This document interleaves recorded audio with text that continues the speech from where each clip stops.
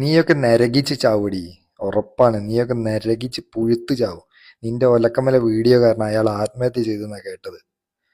നിങ്ങൾ കേട്ടു നോക്കി ഈ നായിൻ്റെ മോളെ വിശദീകരണം.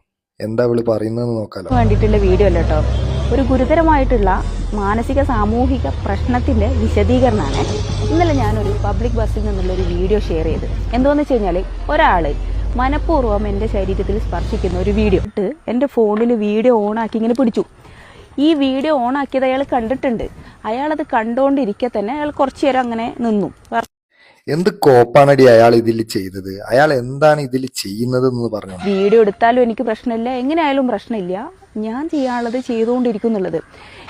ഇത് കാണിക്കുന്നത് ഇയാൾ ഇതൊരു പാറ്റേൺ ആയിട്ട് കണ്ടിന്യൂ ചെയ്യുന്നുണ്ട് എന്നുള്ളതാണ്. എന്ന് വെച്ച് കഴിഞ്ഞാൽ അയാളുടെ ബിഹേവിയറിൽ നല്ല പ്രശ്നമുണ്ട്. ഇതൊരു മെയിലിന്റെ നോർമൽ ബിഹേവിയർ അല്ല, ഇൻസ്റ്റിങ്ക്റ്റും അല്ല, ടെംപ്റ്റേഷനും അല്ല, പിന്നെന്താ, അൺകറക്റ്റഡ്